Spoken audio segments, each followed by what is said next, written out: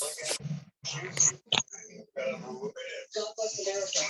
good morning, everybody. Life.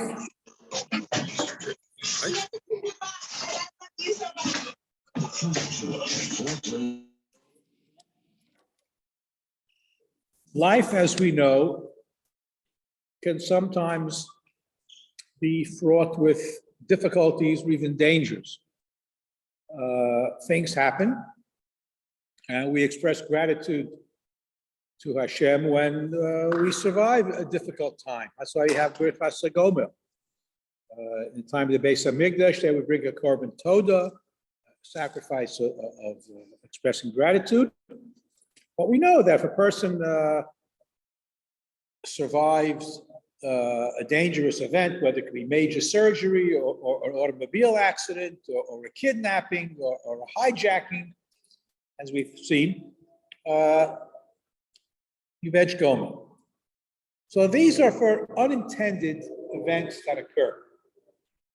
The question I'd like to address today is, to what extent are we allowed to put ourselves in dangerous positions, and what's considered a dangerous position? Is it the act itself that is potentially dangerous, or is it the willingness of a person to put themselves into a position that could be hazardous, even though on the surface it is dangerous, but enough people do it, enough people survive, so I'll take a chance. That's what I want to talk about. For example, there are many common situations. Can a student learn in Eretz Yisrael during a period of warfare, during the Intifada, for example? Many parents called their kids back. You have a conflict between learning in a yeshiva or listening to your parents. What takes precedence?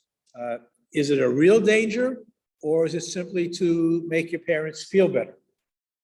How do we balance those two types of things? Can you visit dangerous places? There are people that go to Hawaii and then they go to volcanoes, which theoretically could erupt at any time. During the summer, people go to faraway places. The security situation may not always be stable in certain countries.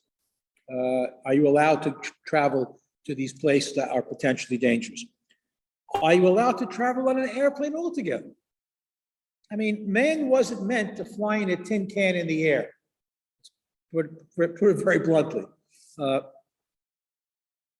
It's not man's natural habitat. The same way it's not man's natural habitat to be on a boat in the middle of the ocean, which is why you bench Gomel after you come back for a sea voyage.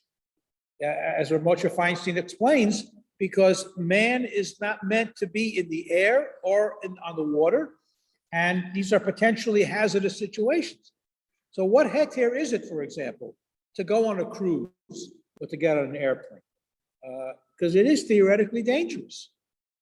And look, granted that, thank God, accidents don't happen that often, but things happen. A bird gets sucked into an engine and the plane goes down. Mechanical malfunction, pilot error. A pilot may have taken an antihistamine and it knocked them out of commission. There's all kinds of possibilities. What about, how do we deal with potential danger? The Torah gives us advice. The Torah says, it's a biblical mandated mitzvah for us to be careful. Don't put yourselves in danger is basically what the Torah tells us to do. So how do we understand that? How do we apply this halacha? And the Mefarshim are very clear that a person should not put himself on purpose in a position of danger or hazard to life. A person might say, oh, I'm going to go here and Hashem will protect me. We can't rely on that. Early on in the, I would say in the early 60s, mid 60s, before the Surgeon General's report came out about the hazards of smoking, they asked Rav Moshe Feinstein, we hear rumblings in the medical press that cigarette smoking is dangerous. And we know that many Rosh Yeshiva smoke. We know that in every base medrash, guys are puffing away like crazy. Is it allowed to smoke? And at that time, there was no conclusive evidence about the dangers of smoking. So Rav Moshe quoted the pasuk in Tehillim, Shomer Pesayim Hashem. Hashem watches out for those who engage in foolish behavior. What's that? Yes, the public. This would be now again when the Surgeon General's report came out and everybody agreed unanimously that cigarette smoking is hazardous to your health. Rav Moshe and every other gadol all came out against. They say definitely is usher to smoke. Period. But in the early stage, before it became definitively accepted, he said Shomer Pesayim Hashem. I remember. Rav Mendel Zaks, Zecher Tzadik Levracha, the Chafetz Chaim's son-in-law, great Talmud Chacham. Rav Mendel Zaks was our bochein. He would faher the boys. He would test the boys on the Gemara knowledge. And he would go around to all the shiurim, never with the Gemara in front of him because he knew it all by heart, asking, and he only spoke Yiddish. And he spoke a real Litvish Yiddish. He couldn't pronounce a shin. He would say, "Was is the kassa in the rasi?" He couldn't pronounce the shin. So anyway, but he had a big white beard, and he used to break his cigarettes in half and smoke his cigarettes like this. Everyone was afraid he could set his beard on fire. But everybody used to smoke. So, but Shomer Pesayim Hashem initially became an Isur. Now, another question that is raised, and this is the key issue, I think, is that the Gemara in a number of places allows a dangerous action if many people do it and they come through it safely. In other words, danger is not necessarily defined by the intrinsic aspect of the activity, but it's what people accept and do. So if a lot of people fly airplanes and the vast majority of people get off a plane safely and land safely, thank God, then it's not considered anymore, quote unquote, a hazardous activity. And the same would apply in many other things. Yeah. That should be based on numbers. And just how many people do it, how many people do it and survive, and how many people do it and don't survive. Well, we're assuming it's the people who do it and do survive. Right, but the question is, at what point, statistically speaking, that now go over the edge where it's now? Okay, so not say, come on. Yeah, good question. I would say that halachically it has to be a supermajority. The vast majority of people who engage this activity come through it safely. The vast majority of people who fly airplanes do so without any. See, like 90-95% of people survive, then it's okay. I don't know if I can quantify it and say 80, 90, 70, but let me rephrase it. It's like Steve, right? So there are people that get killed by Steve. So there are people who get killed crossing the street too. The way the Binyan Sion of Etlinger in the 19th century put it is if it's generally accepted by the population that this is a safe activity, it's okay. Now, how do you define generally accepted is basically a question, but it's basically what the majority of people do. I don't know if we can actually quantify percentages. Right now, the big debate is with Mount Everest right now, because more and more people are trying to climb Mount Everest, and there are more and more fatalities. And they're considering, prohibiting, I guess, certain, unless you have a certain level of experience certification, people from going up to climb Mount Everest. I'm sorry? Yes. It's not something Right. So, okay, because there are a lot of innate hazards and things that you don't see. It's one thing when you're hiking a trail and you see that there's a drop off, or you see it's a dangerous narrow path. But when you're hiking over snow and ice and all these things are covered, you don't know if you step in it, you go right through. Definitely not on my to-do list. Okay. Now, given the fact that the Torah says be careful, you also have another concept, and that is that shluchei mitzvos einon nezaken. Now, if you're engaged in a mitzvah, no harm will come to you. And the practical application of this, for example, we all use the expression shliach mitzvah gelt. If a person goes on a trip to Israel, and truth is, if a person flies in a plane anywhere, you give him $1. Why? So when he gets there, he'll give it to tzedakah.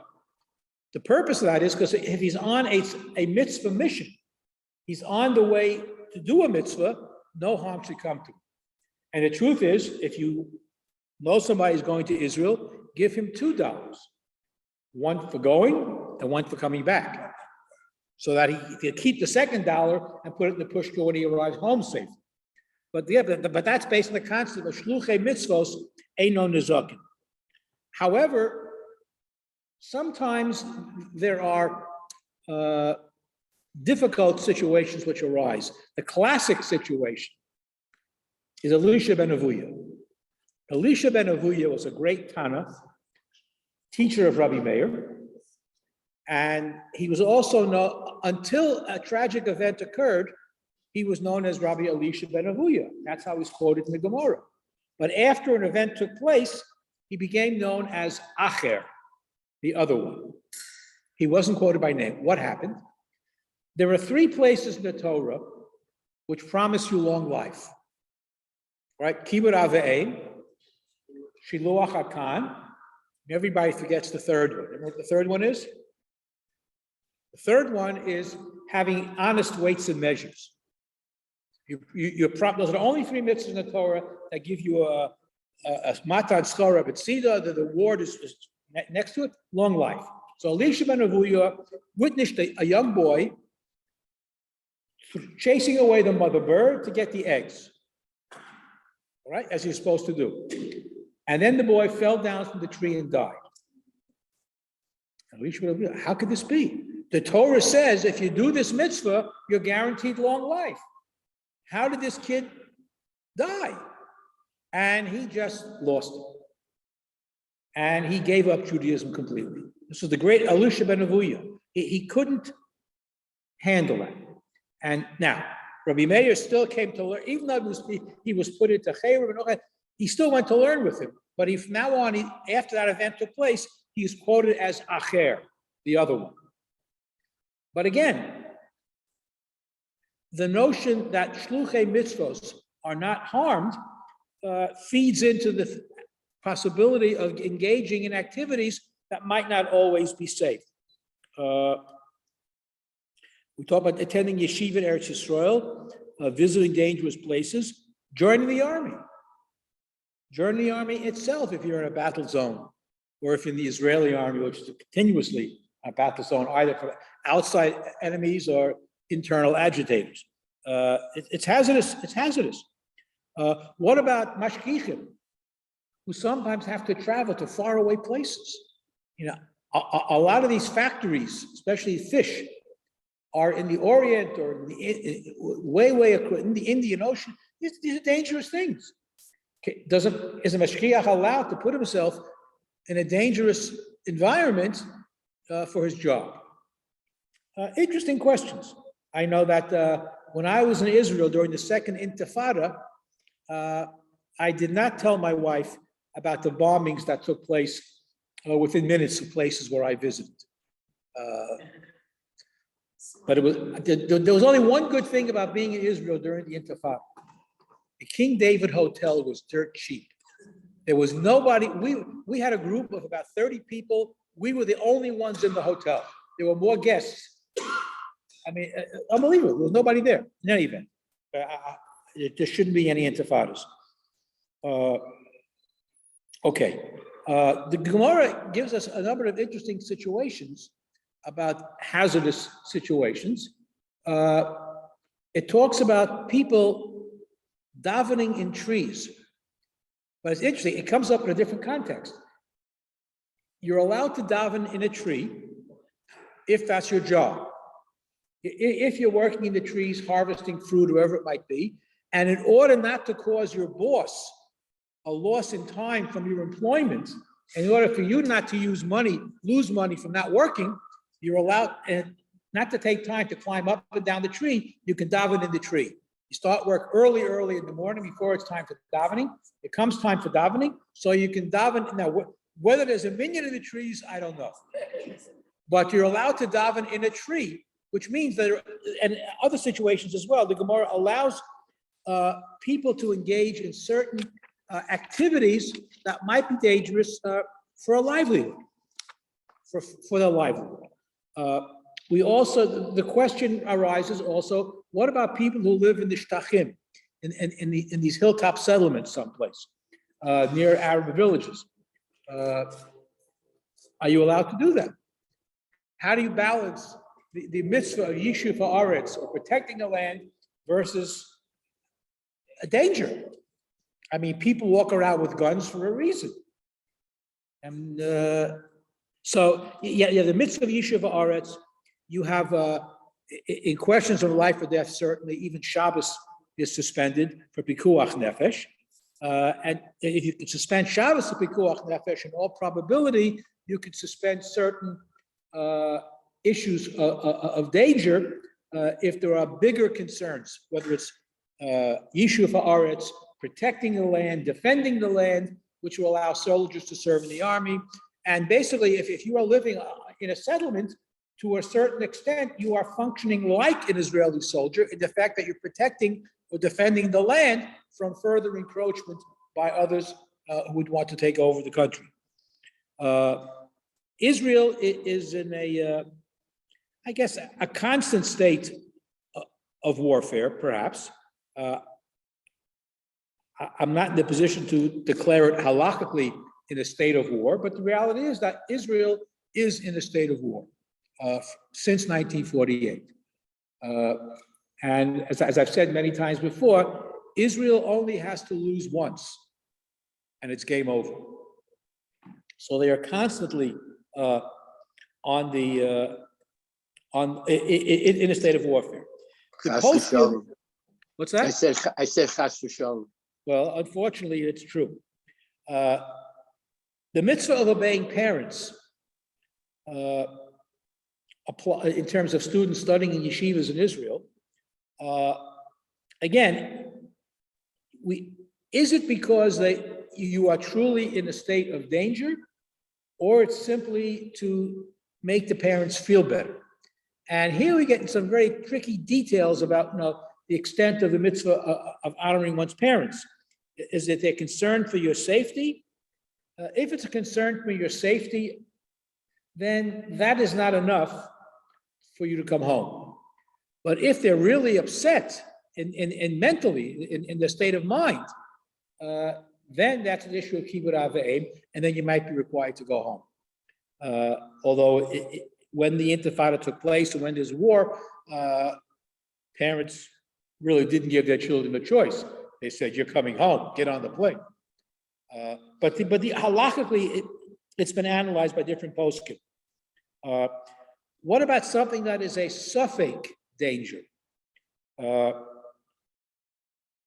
Can you put yourself in that situation? And again, actual war versus potential war, there are different rules that might apply to that, but it's a question that is debated by poskim. There are so many things.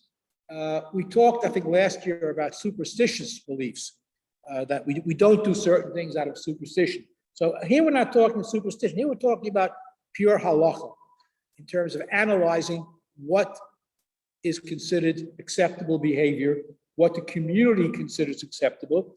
And if the community itself says this is something you ought not to do because it's dangerous, then we have to think twice before we put ourselves willingly in that type of position. The Gemara has a lot of common sense advice as well. The Gemara says, for example, don't put coins in your mouth. Don't put coins in your mouth. Now, it's not because you might swallow the coin, which is a possibility, but so many people handle the coin that you don't know what's on the coin. So don't put coins in your mouth. Okay.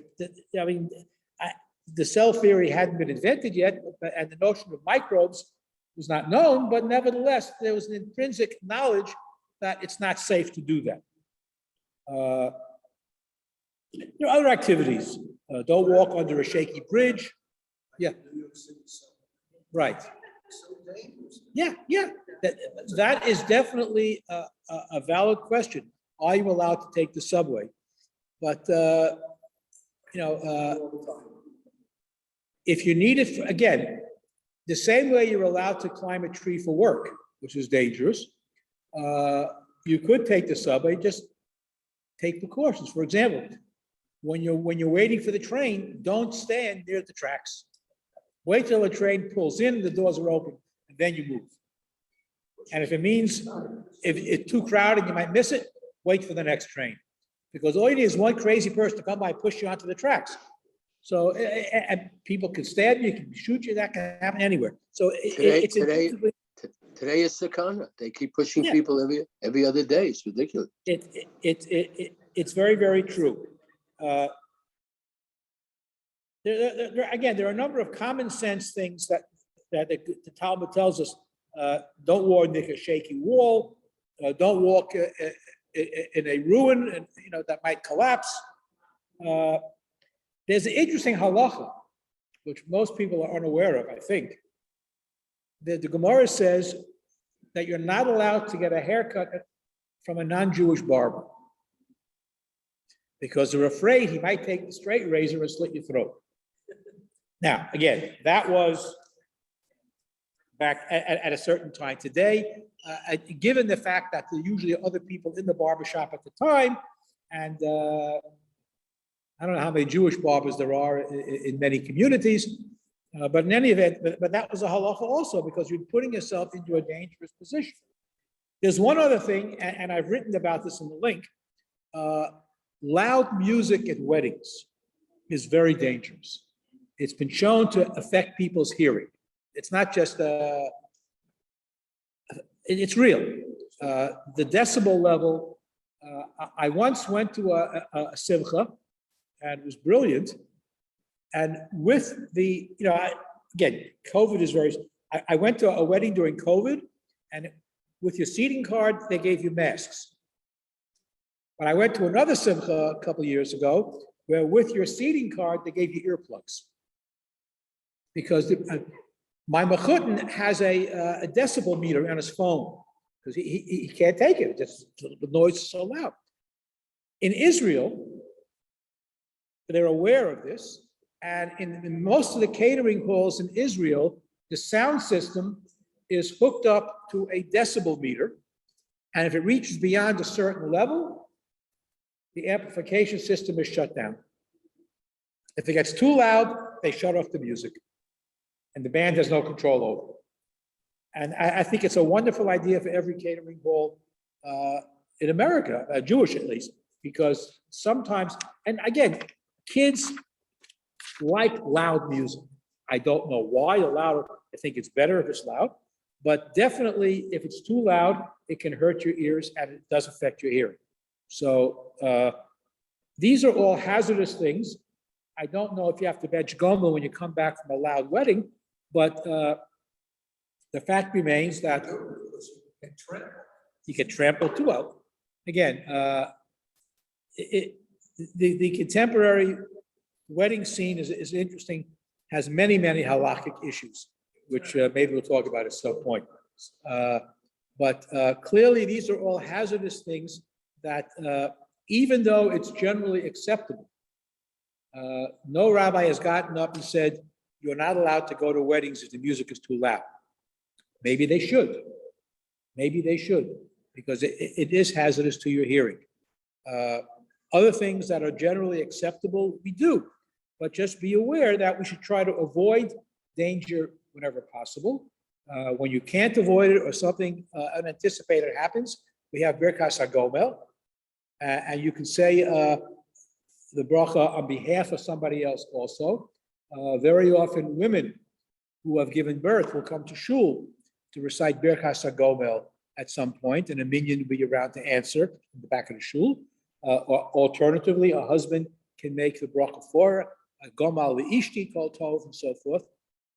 But hopefully we should all stay out of dangerous situations, so there's no need for any of this. Yes, Moti. Are you allowed to say Gomel on Shabbos? Why not? It's like that's supposed to.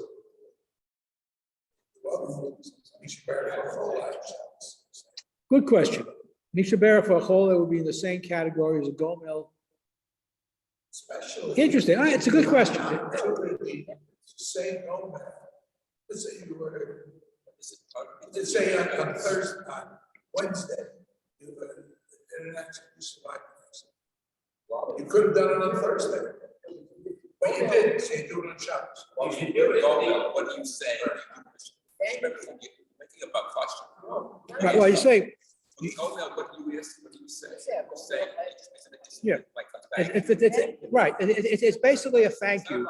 Yeah. It's not like Misha Bera for Cholim. Misha Bera for Cholim, it's a request. And we don't do personal requests on Shabbos. We shouldn't. But Birkas HaGomel, you're not requesting, you're thanking Hashem. HaGomel L'chasod Tov L'chayot. You're thanking Hashem for bringing a person through this event safely. I would think you should do it the first time. You should. You're supposed to do it. Right. You don't wait for Shabbos. If you come home on Friday, out of the hospital on Friday, so you say it. Yeah, but Gomel benching is not a bakosha, it's simply a hodah. You're thanking Hashem. So there's no problem doing that on Shabbos. But again, if your accident happened on Wednesday and you're able to do it, you're not in the hospital, do it on Thursday. An interesting question, and I'll just end with this. Do you have to bench Gomel every time you get off a plane? And in all probability, I would say yes, especially a long distance flight. Because again, and according to Moshe, man is not supposed to be in the air. That is not your natural habitat. And even though it's considered a safe thing to do, because most people do fly, especially coming back from Israel, you're flying over, again, if you take a sea journey and you're flying over the water versus on the water, it's theoretically hazardous. In all probability. Now, so one day, come back the next. Yeah, I would think so. Again, in practical terms, most people don't do that.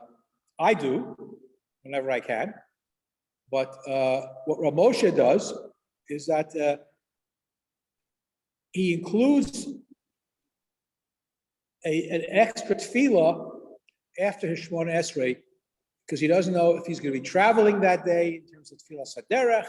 He doesn't know if he adds his own personal prayer at the end of Shemona Esrei. Elokai Netzor is when you add in all these extra optional prayers of gratitude to Hashem. But it's again, most people don't consider flying dangerous anymore. However, from a technical analysis, you are in danger because man wasn't meant to be in the air. So in all probability, you should say Birkas HaGomel, especially when you come back from Israel. Yeah. Statistically speaking, it's more dangerous to get in a car and drive to Florida than it is to fly. Okay, that is a phony statistic. I'll tell you why. Only because statistically, there are more people in cars than there are in airplanes. So the percentage-wise is going to be lower in the air than on the land. That's the only reason why there are fewer accidents by airplanes than there are automobile accidents. Statistically, because of fewer planes, how many planes are flying and how many cars are there? It's a false statistic. I'm not arguing with it, but it happens to be because you have millions and millions and millions of cars on the road at any given time. And you have maybe a few hundred airplanes in the air at any given time. So statistically, you're not, Yeah, compare the average style. yeah, exactly. But again, even though statistically, there are very few accidents. What was the comment? There are fewer airplane accidents than car crashes. That's because there are fewer airplanes in the air than there are cars on the road. But even so, when there's an automobile accident, a couple of people get injured. Chas v'shalom killed. When a plane goes down, there's a lot of people injured or killed. So again, it's not a balanced statistic. You have to see what the numbers are anyway, something to look into. It's pure mathematics. Anyway, be safe out there. Have a wonderful day. Amen. Thank you. Have a great day, Wally. Thank you. Take care.